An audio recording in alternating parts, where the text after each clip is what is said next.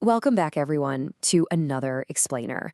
We love taking these massive world shifting topics and really breaking them down so you can see exactly what's going on behind the scenes.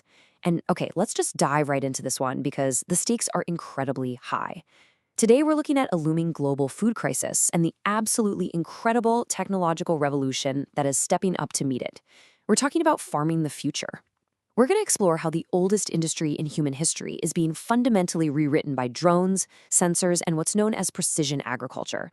So, to really understand why this tech is so critical right now, we first have to wrap our heads around the sheer scale of the problem. Get this. According to the United Nations Food and Agriculture Organization, we are going to need to produce 70% more food globally by the year 2050. 70%. As our population absolutely explodes over the next couple of decades, the demand on our global food supply chain is going to be unlike anything humanity has ever faced. Producing 70% more food is a staggering requirement. And naturally, it immediately begs the question, how on earth are we actually going to pull that off? Well, the challenge isn't just that we need to produce more food. It's that we have to do it with significantly fewer resources. We're facing some seriously daunting headwinds here. For starters, we have limited and honestly decreasing availability of arable land. On top of that, we're facing tough situations in accessing clean water. Climate change is actively decreasing crop yields in certain regions around the world. And as if that wasn't enough, the agricultural workforce is shifting. Urbanization means we literally have fewer hands available to work the farms. So think about it. We have a shrinking workforce and a massive looming production target. It's your classic do more with less paradox on a global scale. Section 1. Enter precision agriculture. Okay, so we have this looming crisis. But here is the good news, and really the core focus of our explainer today. We are experiencing a massive paradigm shift in how we farm. We're moving from traditional manual methods to highly intelligent, tech-enabled operations. Now, precision agriculture isn't just about throwing a bunch of random tech at a field and hoping for the best. It's a very deliberate combination of techniques and technologies employed specifically to optimize resource efficiency. The main goal here? To achieve those high crop yields we desperately need while simultaneously reducing capital expenditure, operational costs, and environmental damage. It's literally about turning the traditional physical farm into a highly responsive cyber-physical system. It's doing more, doing it better, and doing way less harm. And in practice today, the sheer scale of this agri-tech ecosystem is honestly staggering. We're looking at over 100 technology companies actively changing the farm right now. We're talking everything from farm management software and smart irrigation to robotics, drones, and predictive analytics. These are the crucial puzzle pieces all coming together. You see, it's no longer just a farmer and a tractor out there. It's an entire integrated ecosystem of data, hardware, and software, all working in perfect harmony to maximize the output of every single inch of soil. But to really grasp how this all works together, we need to transition from that macro global ecosystem down to the hyper-specific ground game. Let's bridge the gap between digital silicon and physical soil. Section 2. The cyber-physical farm. Right at the foundation of this new era are Internet of Things, or IoT, sensors. Think of these as the literal nervous system of the farm. These connected devices empower what we call intelligent assets.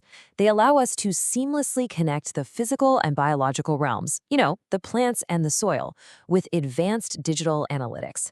By infusing the farm with all these tiny sensors, we are suddenly able to monitor temperature, motion, location, and the deep, deep conditions of the environment. We are taking passive plants and dirt and turning them into highly communicative, intelligent assets that basically tell us exactly what they need, exactly when they need it.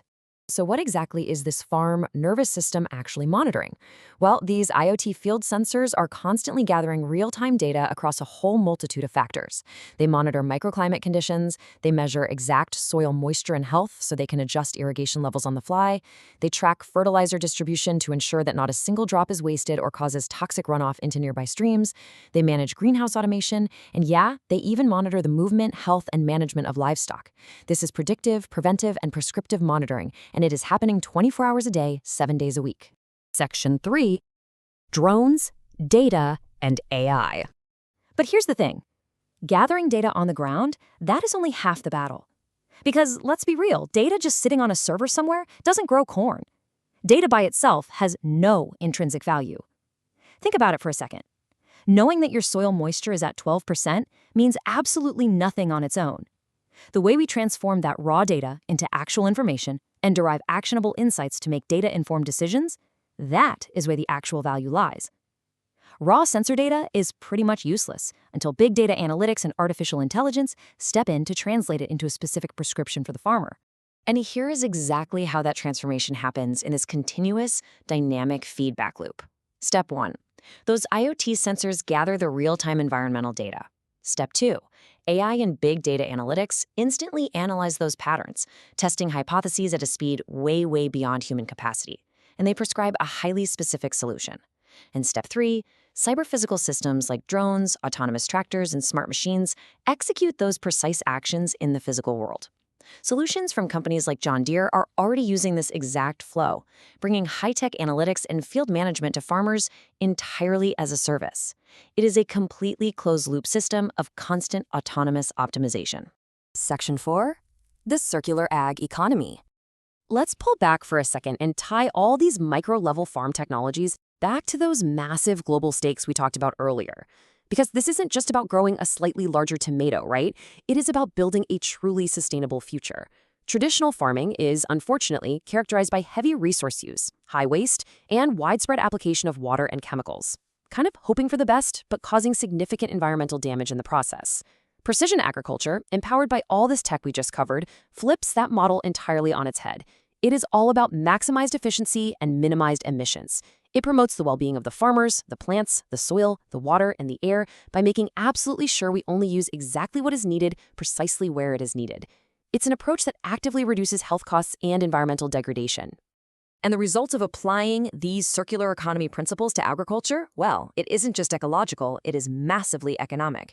By doing things smarter, reducing waste, and optimizing every single resource, the transition to precision agriculture is projected to generate annual benefits globally worth $2.7 billion by the year 2050. That is a staggering annual economic benefit. It proves, without a doubt, that sustainable practices aren't just good for the earth, they are incredibly good for the bottom line, too. Which really brings us to a final, kind of provocative thought. When you look at the drones up in the sky, the AI churning in the cloud, and the sensors buried in the soil, will the farmers of the future actually be data scientists? The evolution of humanity's oldest industry strongly suggests that a pair of overalls might soon be replaced by a tablet and a really good algorithm. Meeting that 70% food production gap by 2050 is undeniably a massive challenge.